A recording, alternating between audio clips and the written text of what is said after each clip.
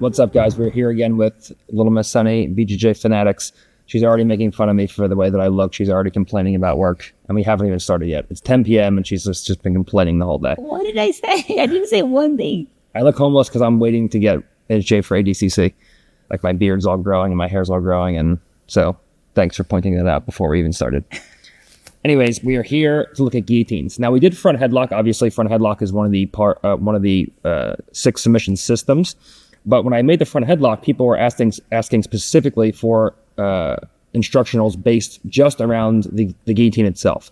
So today, the only thing we're going to focus on is guillotines and how to chain guillotines together with other moves, whether it be submissions or mostly positional play, like a failed guillotine into sumigishi, for example, failed sumigishis into guillotines. And we're going to look at guillotines from all these different, a ton of different positions, and we're going to look how to use guillotines to pass people's guards, how to chain into other moves, how to sweep people, and how to use guillotines interchangeably with both other submissions and positional play.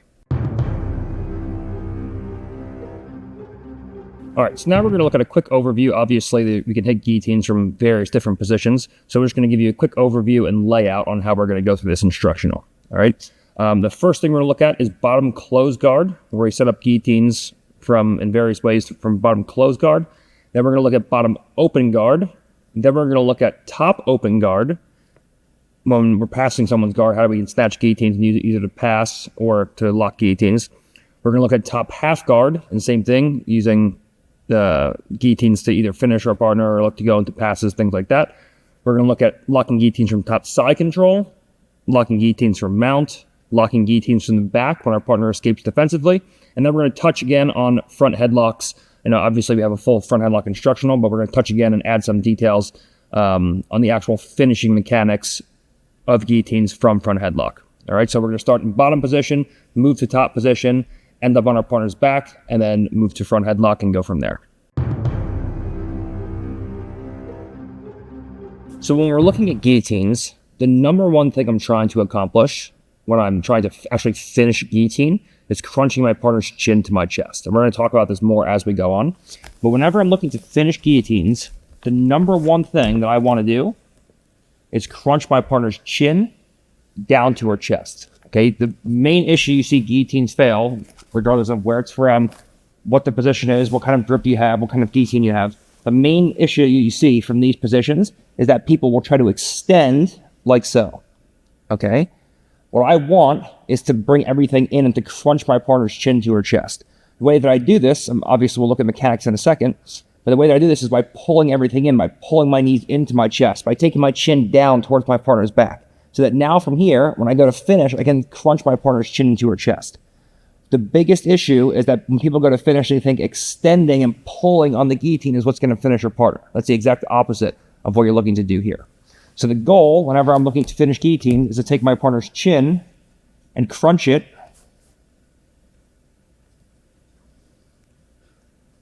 down to her chest, like so. Okay, this is going to be great filming with this giant pile of shit hair on top of her head the whole time. This is going to be great. But when I can crunch the chin to the chest like this is what I want. No matter where I'm at, she steps over into half guard. It doesn't matter. If I have my shin across the hip, and leg thrown over, doesn't matter. Any guillotine, regardless of the guillotine, regardless of the grip, if you can crunch your partner's chin to your chest, you're going to have a much higher percentage chance of finishing your partner with the guillotine. So keep this in mind whenever you're going for guillotines. Am I crunching the chin to the chest is going to be one of your biggest questions while you're attacking your partner and trying to submit them with a guillotine. I like the hair, okay? It's great. It's awesome. It's going to be great for this DVD. You never heard some man talks this much. It's just like it's a woman thing. I don't know why you just keep... I talk on camera, she talks off camera. It's just her complaining about, Michael Zenga, give me more money. This is too much work. We're here 12 a.m. Okay, that's true. And then she makes more money, but she already spent it, so. We're just recouping losses here. Anyways, defensive hand positions, okay? Similar to when I have my partner's back, my partner will have a primary and a secondary defensive hands. So when I have my partner's back, obviously she has the primary defensive hand, which will do all the work of stopping me from strangling her. And then she has a secondary defensive hand, which will stop my wrist from coming across, but it won't stop my elbow from coming across. Okay, so it'll do some of the work to stop me from strangling my partner, but not all of the work. Whereas the primary defensive hand stops the wrist and the elbow from coming across. It's the same kind of idea from a guillotine position, okay? So if she has her primary hand in, the primary hand will stop both my wrist from coming across and my elbow from coming across. So if she has the primary defensive hand in from here, and she has good hand fighting, good defensive hand fighting, I won't be able to strangle her from this position. If, however, she has a secondary defensive hand in place, now from here, it'll stop my wrist from coming up, but it won't stop my elbow from shooting across, okay, into guillotining positions. So she'll have the primary defensive hand in place if she's smart, and she will have the secondary defensive hand in place if she's smart. And she'll use both of these in conjunction with one another to stop me from strangling her, okay? Our goal from these positions today is mostly going to be built around using distractions to get my partner thinking about something else so I can punch my hands in for guillotines before her defensive hands even come into place, okay, using deception, all right? But there are going to be times, of course, where you're trying to go for guillotines. My partner just has those annoying defensive hands in. She has 1, 2, and now I have to find ways to creatively pummel past my partner's hands or use motion and get her hands on the floor, for example, to be able to punch my guillotines into place, all right? But most of what we're going to be doing today is using figuring out creative ways to enter into guillotines by using dilemmas and trilemmas to get my partner thinking about something else, to lock the guillotine and go into finishes. And then when we have to, dealing with the primary and the secondary defensive hand to go in, break through those defensive grips, and get the finish. Tell him how he just extorted me. Well, I told him to delete the clip that he talked bad about me and redo it. He said no. So I said, okay, so you pay me $200. And he said, okay. So we shook hands, and that's how you make money, girls. That's incredible. But anyways, going back to gripping, understand that everyone puts so much emphasis on what grips. Whenever I teach guillotines to people, especially at seminars, they always ask me what grip. The grip is a lot less important than the rest of the mechanics, and specifically the chin to chest action. So don't be overly fixated on the grips. There are a lot of different gripping variations you can use, but I've always found that the grip is not really that important. What's important is the ability to crunch your partner's chin to your chest. So you have a bunch of different gripping variations that you can use, and there's a lot of subtle things that are going on from situation to situation, which we're going to look at, obviously. But the grip shouldn't have nearly as much emphasis as what most people put on it, okay? So speaking about gripping, from this situation with guillotines, we have a 5-finger grip, where you just physically grab the meat of our hand with 5 of our fingers. If we're finishing low elbow guillotines, like so, we're finishing high elbow guillotines, like so, you can use a 10-finger grip across a wide range of guillotines from here, okay? You can also use, which is a lot more rare, a 10-finger grip, okay? If maybe your partner is very big, or you're in a bad position, or you don't have the dexterity to get your elbow up and over your partner's shoulder for a high elbow, we can switch into 10-finger grips. Now, this will change the orientation of your forearm, and it will take the blade of your forearm, the thin part of the forearm, off of your partner's neck, and it'll put the flat, thick part of your forearm onto your partner's neck. But if you have to, in a crisis situation, use this to either yank the hands higher and then switch back, or yank the hands up and then use a modified grip, like a 10-finger grip like this, to get up and over your partner's shoulder. I'm not going to say you can't do that. It's not wrong to do, but most of the time you won't use this. So you can use a 10-finger grip, but most of the time you're not going to. Okay, so when you have a 5-finger grip, you have a 10-finger grip where you get up and over your partner's shoulder like so. Okay, you also have modified versions of the 5-finger grip, where I go in, and instead of using a pulling 5-finger, I use a pushing 5-finger, where I physically grab the meat of my hand just like I was before with my 5 fingers, but I'm pushing the grip up like so. You can use a full figure of 4 like so to go into other guillotine variations. You can use, for my high-risk guillotine, one that I invented that everyone tells me that I didn't invent and then can't reference a single time it's been used before I said that I invented it. Or we go elbow to elbow in this position, where I physically grab my own elbow, like so, and I take my elbow down to my partner's elbow, like so, and now I grab my own elbow. So now when my partner goes to pull the elbow back, it's difficult. So you can use an elbow-to-elbow grip, like so. Or you can use open hands, like so, which we'll speak about later. We can also use reverse gripping, like so, where, let's say, for example, my partner has good defensive hands in place, and I almost have my hands up, and I feel like my partner's pulling my hands down. I can switch to a reverse grip, and I can use that to pull my hands up higher and fight through my partner's late-stage defensive hands and get everything into place. So I can use this. Let's say my hands aren't high enough, and I feel like I just can't pull my hands up high. My partner has my wrist, for example, and she's pulling it down. I can switch to a reverse grip here, and I can use that to pull everything up high, and I can use that reverse grip to go in and finish my partner and fight through those defensive hands. So we have a bunch of different gripping options. Those are the gripping options, but don't put too much emphasis on the gripping. We're going to put emphasis on crunching my partner's chin to the chest, getting the hands up nice and high, and the rest of the body mechanics. And then the gripping is kind of a small piece of the puzzle that we're going to have to look at as we go on situation to situation. That's another important thing, and this isn't across the board. There are some guillotines that are just so tight that you don't need a hip-to-hip connection.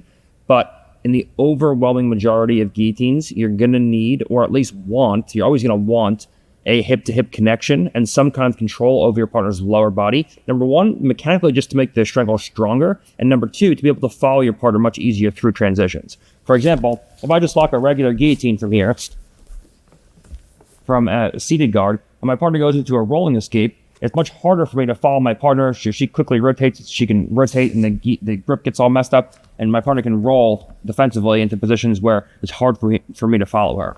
But if at any point I can wrap my leg completely around my partner's body, like so, and now she goes to roll defensively, I can follow my partner because I'm attached to her the whole way through. We can end up in situations where we can follow our partner, keep the grip adjusted as we wanted, and get strong finishes. So anytime I can connect my hips to my partner's hips, whether it be with the best option, completely around in a closed guard or a mount, whether it be with a shin across my partner's hip and a leg over the back with a guillotine, whether it be with some kind of control over my partner's life, like a half guard, for example, anytime that we can get some form of control over our partner's hips so we can make the strangle mechanically tighter and follow defensive movement and reactions much better, we're always going to be in a much better chance to follow our partner around and then, of course, finish the guillotines. So that hip-to-hip connection is super, super important.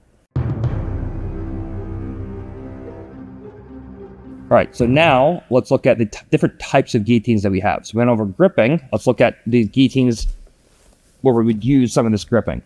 We have low elbow guillotines. Just your standard guillotine where my elbow is low and I finish without control of my partner's arm and I just have the head, and we finish a low elbow guillotine. We have high elbow guillotines where my elbow physically comes up high, up and over my partner's shoulder, and we can finish high elbow guillotines where I cover my partner's shoulder and we go in and we finish from there. We have high wrist guillotines, which puts my wrist up nice and high like it would be for a high elbow, but I overwrap my partner's arms, so it's kind of a hybrid between an arming guillotine and a high elbow guillotine, where you basically have all the positives of the high elbow, but none of the negatives where my partner can just reach up and over my shoulder and pull the elbow down to defend. And it gives you the same control as an arming guillotine. All right, which we're going to look at as we progress here. We have a power guillotine, which you saw was made famous by, most people will say was made famous by Cody McKenzie, where it was up against the cage in many of the UFC fights, and Cody would push the hand up and hit power guillotines up against the fence, which is particularly why it worked, because there was a wedge behind your partner and making it hard for his opponents to rotate out of the guillotine. You also have figure four guillotines. In case you have power guillotine, you have figure four guillotine where I can physically lock in and go into almost a rear naked, but from the front. Some people call it a front naked choke. It's just called a figure four guillotine. Okay, because it's a guillotine function, but with the figure of four.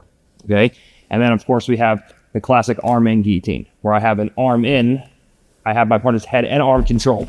And we go in and we like to finish with arm and guillotines.